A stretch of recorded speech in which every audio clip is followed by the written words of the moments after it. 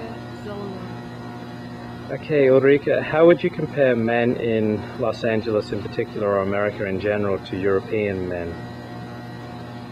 I think generally American men are much nicer, they're gentler, they're more open, they're very friendly, and they're very easygoing, I would say. And usually if they ask you out to go somewhere, it's not just all about let's have a cup of coffee and go either to my place or your place. It's usually you have dinner with them a couple of times, and it's not like such a pushy thing as it would be, for example, in Paris, where men really, like, after you've met them for half hour, really try to get you in bed, either in a hotel or at home. And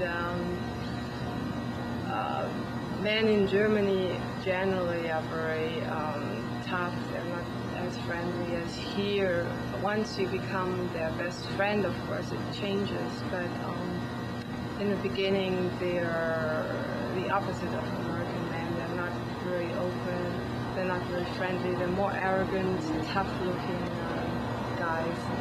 Also, American men are very much into big boobs, and you can tell by looking at Playboy. They're very just, you have no chance to get into Playboy unless you have big boobs, whereas the European Playboys have all kinds of varieties of bodies, and so that's something I like less, I would say.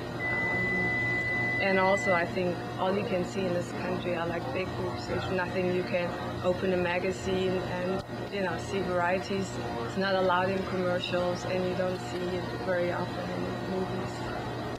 Really? I thought there were a lot of small boobs out there in movies and... In America? Yeah. Is it predominantly big ones? I don't think so, yeah. Even in Playboy and... Yeah, particularly in Playboy. What do you think about getting breast implants? What do you think of...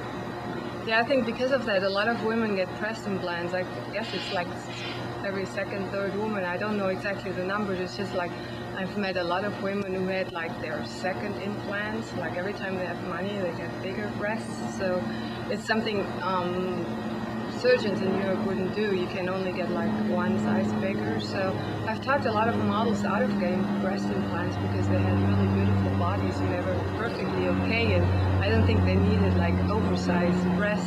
So it's something that I think is strange. American men, at least the ones you meet, are generally speaking more gentlemanly and more sensitive, and take a little more time before trying to rush you into bed? Yeah, definitely, I would say so. They're very, very gentleman-like. Like walking in the streets, they always walk on the other side, towards the cars, whereas a European man would never even think of things like that. Even my generation, that's not really gentleman-like in Europe, is very gentleman-like here. I mean, they really try harder, I think, and yeah, generally they're sweeter, nicer.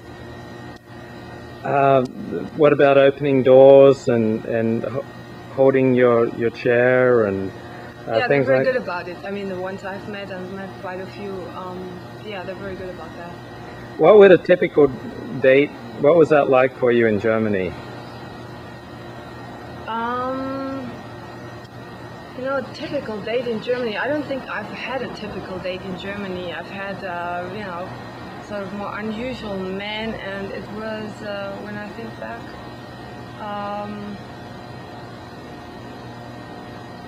I don't think I had meetings with men and it happens to become a date, but I don't think I really dated men generally. I had like my first boyfriend at 17 and I stayed with him for a long time. I met men in between, and I can tell you more about dating men in Paris, I would say, because I've really literally, men in Paris would follow you on the street like on a daily basis, and they're very different from German men, of course. It's more like a Latin lover type person that's very pushy, doesn't have time, has no patience for a woman, and also gets very fast, like exhausted, like they don't like to play games, or it's a very much of a rush of how fast can I get her into bed. That's what Paris was very much about. That doesn't sound at all romantic. I thought Paris was romantic. I thought Frenchmen were wonderful lovers. I guess if you run to bed with them within half hour to an hour, but they can get very pissed off you after a certain time, Yeah, if I were a woman, I wouldn't want men chasing me and like trying to get me into bed within half an hour. I mean, I can understand that as a man, but I mean, I've been taught to like wait. At least an hour. Yeah, I felt the same way, and I guess that's why I went with an American. So after having probably hundreds of Parisian men, I mean, I got to know them at least. You didn't take hundreds home, or? I met hundreds, literally, over a period of like half a year, I'd say. What would you do with all these fellas chasing you down the street? How would you react? It became very, it depends on the man. Sometimes it was fun, sometimes it was very annoying because I had to change subways and run and rush, and it was depending on the situation. Sometimes they would literally put a phone number in my pocket, or I mean, yeah, sometimes it became, after half a year, I would say, it became too much. It was just, the district I lived, I knew practically everybody, and it was to become just too much. It's probably like being a celebrity here, but it was like I wasn't a celebrity. I was just some woman working in Paris and didn't have much of a privacy anymore. I'm so pleased that American men are kinder and more sensitive. I think that's wonderful. I mean, of course there are exceptions, but generally speaking, I'm really happy. You handle men who've been trying to come after you for 15 years, be it in Germany, Paris, America, Los Angeles.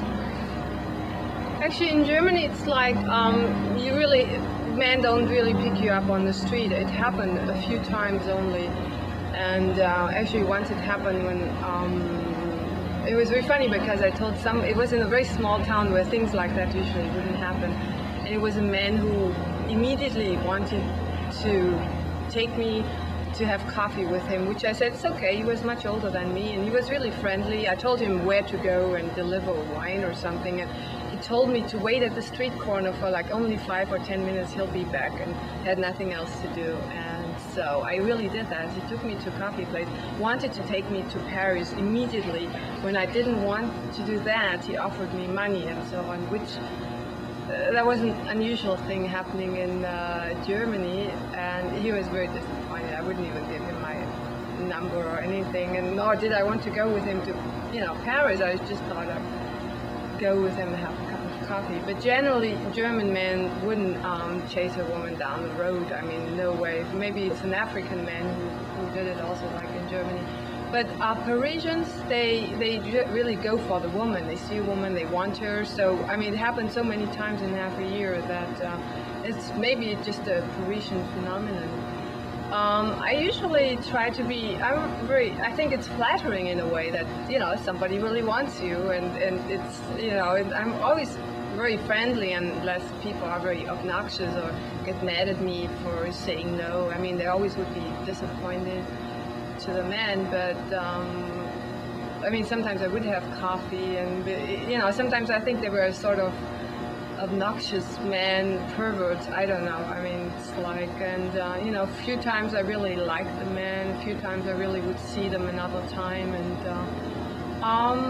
yeah, I mean, generally it's a positive thing, unless it became too much, like in the end when I couldn't even go to a phone booth at night, like at 10, 11 o'clock, and call somebody, and it would be like just somebody there that wanted something from me. So, and in America it happened a few times that I would meet somebody on the street, and like a professor at UCLA who was very nice and invited me a couple of times. It was never ever pushy. We worked on a fashion shot once together, needed for a fellow from Turkey.